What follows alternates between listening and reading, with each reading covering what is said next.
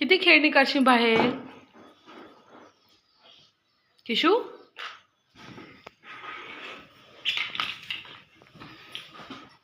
चला आपण खेळूया. आपण छान खेळूया.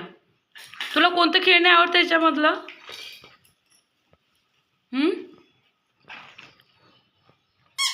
हा बघ भालू.